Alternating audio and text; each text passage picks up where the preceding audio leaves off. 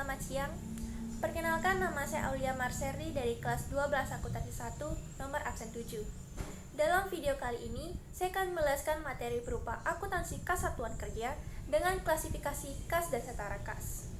Sebelum kita merincikan poin-poin penting dalam klasifikasi ini, jadi saya akan menjelaskan sedikit tentang kas dan setara kas. Jadi untuk kas dan setara kas di sini memiliki fungsi yang sama, akan tetapi memiliki perbedaan dalam jenisnya maupun masa jatuh temponya. Untuk jenisnya sendiri, kas memiliki jenis yaitu dalam bentuk uang tunai ataupun saldo dalam rekening bank. Sedangkan untuk yang setara kas, yaitu dia memiliki jenis berupa cek, giro, deposito maupun surat berharga lainnya. Untuk masa jatuh temponya sendiri, setara kas memiliki masa jatuh tempo kurang dari 3 bulan. Jadi kita masuk ke klasifikasi kas dan setara kas. Jadi dalam video ini kan saya akan menjelaskan tentang 5 poin penting dalam klasifikasi kas dan setara kas. Yang pertama itu adalah kas pemerintah dalam pengelolaan bendahara umum negara atau BUN. Nah, bendahara umum negara adalah pejabat yang melaksanakan tugas fungsi bendahara umum.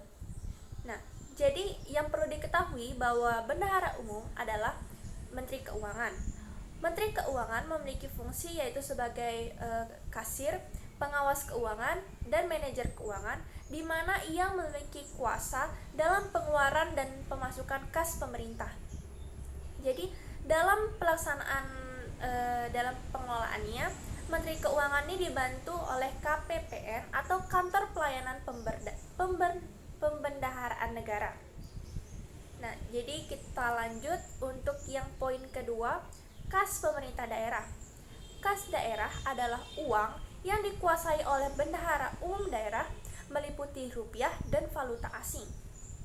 Nah, jadi kas daerah terdiri dari 3 kas, yaitu kas di kas daerah, kas di bendahara penerimaan, dan kas di bendahara pengeluaran.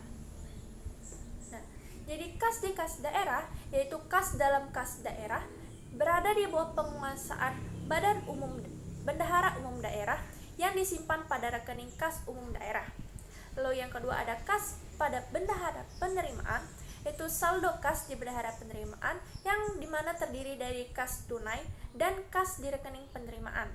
Saldo kas di bendahara penerimaan akan bertambah apabila terdapat uang masuk dari penerimaan pendapatan umum dalam bentuk pendapatan asli daerah, dan saldo kas di bendahara penerimaan akan berkurang apabila terdapat uang keluar dari saldo kas di bendahara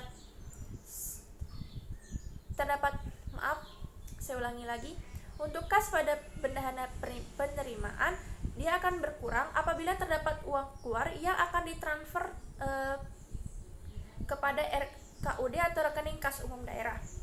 Lalu yang terakhir adalah kas pada bendahara pengeluaran, yaitu dalam rangka pelaksanaan pengeluaran, perangkat daerah dapat diberikan uang persediaan sebagai uang muka kerja untuk membiayai kegiatan operasional.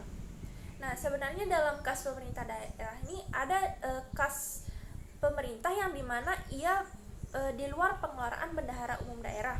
Nah, nanti kita akan lanjut pada poin keempat. Lalu kita lanjut pada poin ketiga, yaitu kas dan setara kas.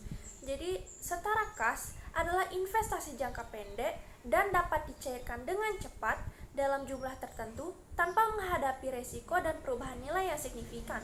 Setara kas terdiri dari cek, giro, deposito, surat berharga lainnya seperti yang sudah saya jelaskan di awal tadi.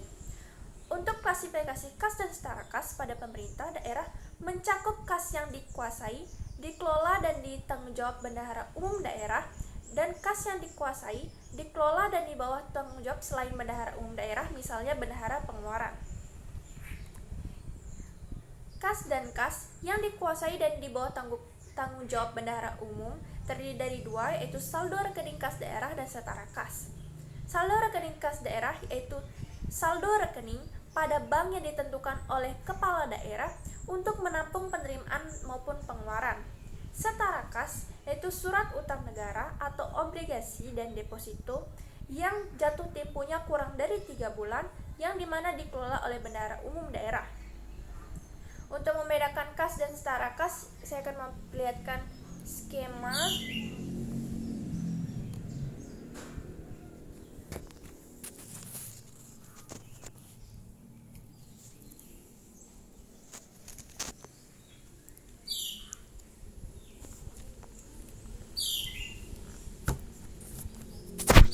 di mana ini adalah skema untuk perbandingan antara kas dan setara kas. Jadi bisa dilihat. Nah, mungkin saya akan jelaskan sedikit untuk mungkin ada yang masih belum dimengerti, seperti kas transitoris.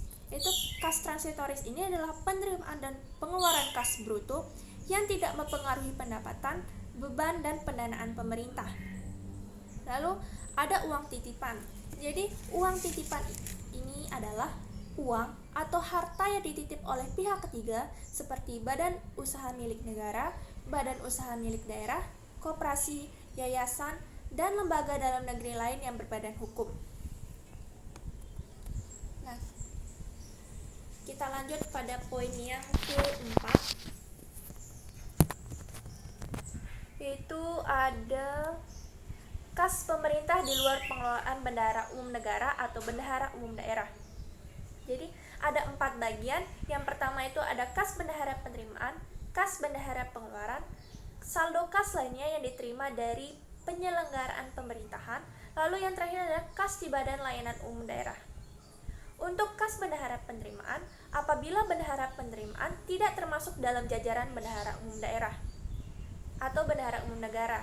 Lalu kas bendahara pengeluaran, apabila bendahara pengeluaran tidak termasuk dalam jajaran bendahara umum negara ataupun daerah. Untuk saldo kas lainnya yang diterima dari penyelenggaraan pemerintah, contohnya itu adalah penerimaan dana BOS oleh sekolah milik pemerintah kabupaten ataupun kota sebagai hibah dari pemerintah provinsi. Lalu yang terakhir ada kas di badan layanan umum daerah yang merupakan instansi pemerintah yang menyediakan barang dan jasa yang bersentuhan langsung dengan masyarakat.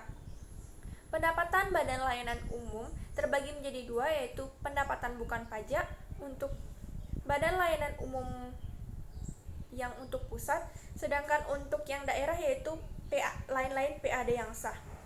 Jadi sedikit info di mana kalau badan layanan umum dikecualikan dari ketentuan pengelolaan keuangan karena badan layanan umum daerah diberikan kebebasan untuk melanggar ketentuan dalam keuangan negara untuk menggunakan langsung penerimaannya.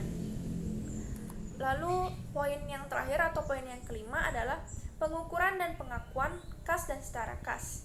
Jadi untuk pengukuran kas dan setara kas itu ada diukur dan dicatat sebesar nilai nominal, di mana nilai nominal artinya kas dicatat atau disajikan sesuai dengan nilai rupiahnya. Apabila kas berbentuk valuta asing, maka dikonversikan menjadi rupiah dengan nilai tengah bank sentral. Jadi nilai tengah bank sentral adalah harga sebuah mata uang dari suatu negara yang diukur atau dinyatakan dalam mata uang lainnya.